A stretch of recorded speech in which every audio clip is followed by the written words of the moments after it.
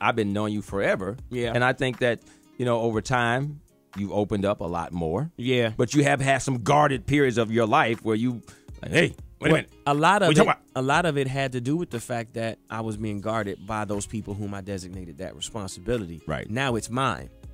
And I don't mind taking it. You know what I'm saying? But I take the wins with the losses. I'm not, in my mind, had any losses. Mm-hmm. I've only looked at it as, a metamorphosis to something greater.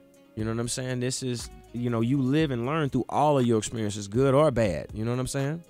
And for me, I don't look at anything as negative, So if people are scrutinizing my music, which I don't know why they would, because, music. Not even just music, just the whole life. The whole Usher life. Do you think, I'd have to ask you, yeah. Do you think that people are critical of my life in that way? I think that people look at anything that you do, Mm-hmm. and I think with social media, and I keep going back to that, there are people who would never have any access to you whatsoever unless they were at a concert or they saw a video. Now they could see something that you do and say something to you if you're on a Twitter account or something like that. And people have had a problem with react. I mean, there's a million beefs out there with the everyday individual who now has a way to poke at somebody. You have to be more responsible as an artist. Yeah, the mystique of who we were as entertainers is gone because that's not as real as real. Right.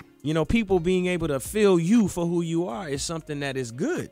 Now, and it actually, it speaks to just where we are as people in life. The perception and facade of life is not reality anymore. Reality TV is. Mm-hmm. So, mediocrity is now. You know right. what I'm saying? So, but you gotta have some sense.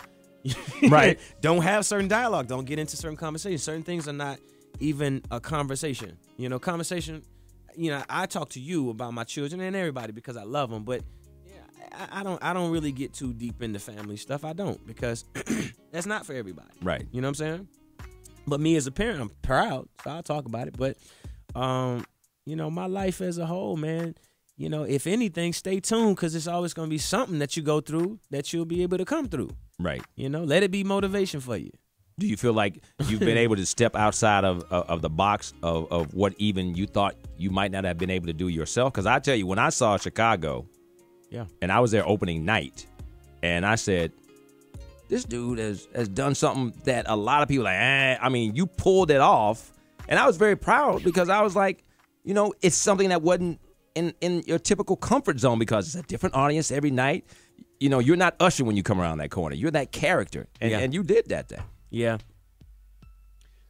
But my personality and Billy Flynn's personality are so close that it was easy to just pick up that character. Now, doing something else, if you guys stay tuned to my Twitter and also my my space, I got some really, really good breaking news that I want to share with you real soon. But I'm in preparation for a role that I'm really, really proud of, and I got to step aside for myself, even though there are some nuances of my personality that are similar to the character that I'm going to play.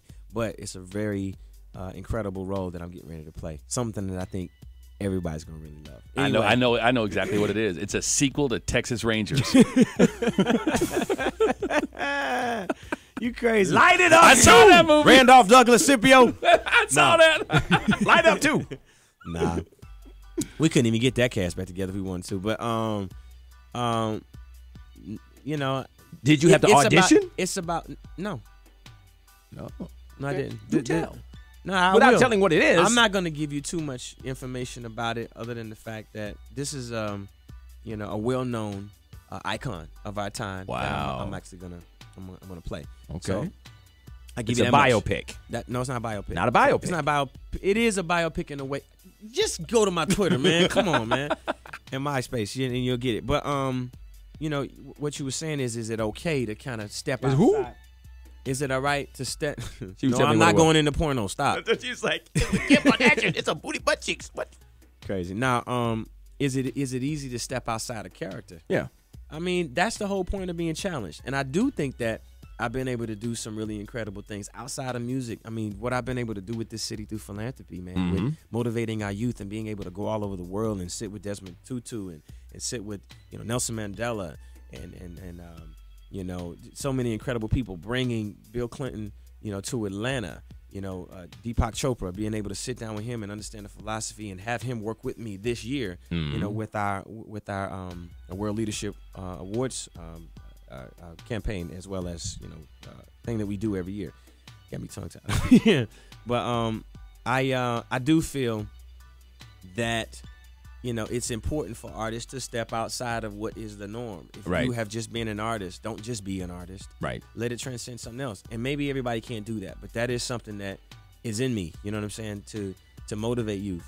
To be able to push the envelope, to go outside of entertainment and do theater. That's something that artistically I really am into. I like different things. I'm not just a musical artist from Chattanooga, Tennessee anymore. I'm a musical artist from Chattanooga, Tennessee who moved to Atlanta, who had an incredible start, sold millions of records, did movies, started philanthropy, got into business, became an entrepreneur, traveled the world, was cultured, had children, went, you know what I'm saying? Right. So I can't just stay where I was. Mm-hmm.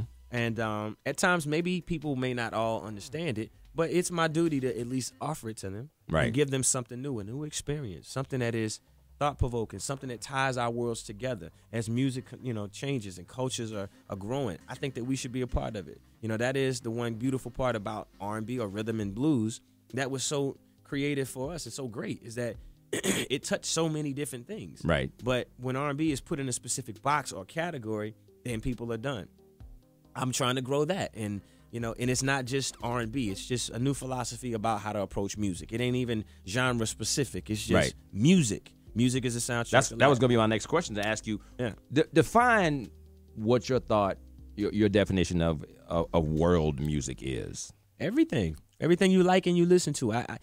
There's music that you speak about and are excited about, but when you get in your car, we know you listen to opera. You know what I'm saying? We know you listen to grass folk. You know what I'm saying? We You see my Pandora station? You see my Pandora station, Usher Raymond?